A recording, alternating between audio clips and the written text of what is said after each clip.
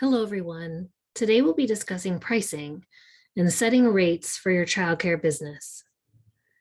Today's conversation will go over three key topics around setting prices. One, why should you worry about pricing? Why is it important? Two, how could you find that just right rate? What steps will get you there? And three, how to find help and where to find help and support on setting or revising rates for your business. Setting rates is one of the most difficult but important things you can do as a childcare business owner. On the one hand, if prices are too high, you could lose families and certainly lose revenue and business.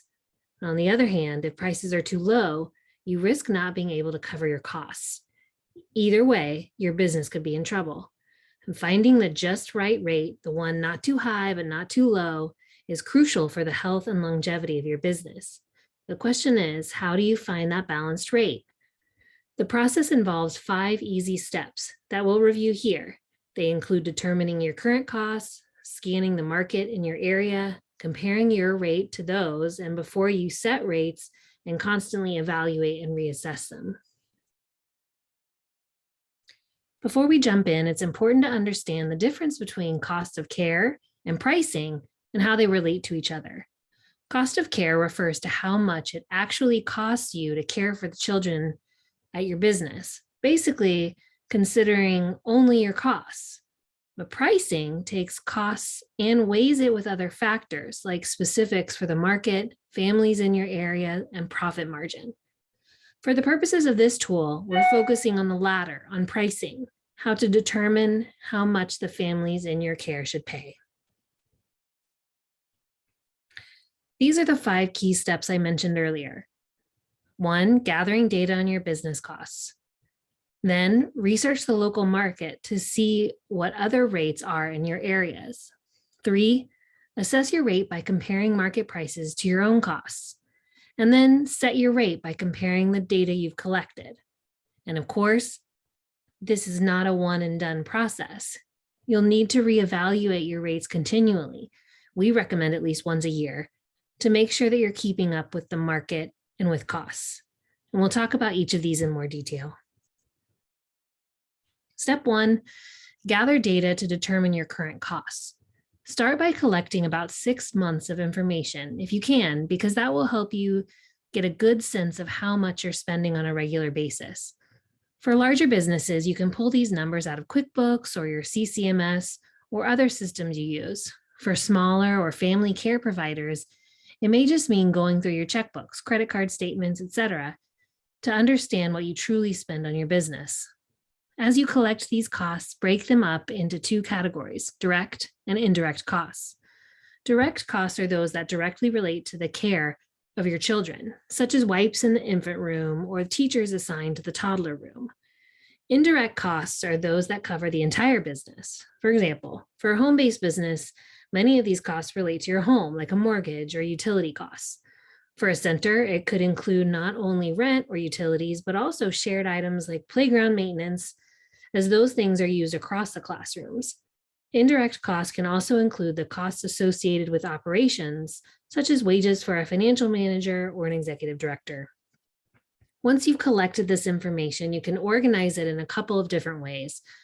Costs per child may be the easiest, like taking the number of children served over those 6 months and dividing the total costs accordingly. A larger organization might want to break down the costs by different ages of care to differentiate between an infant or toddler and then preschool. The next step involves collecting information about local market prices.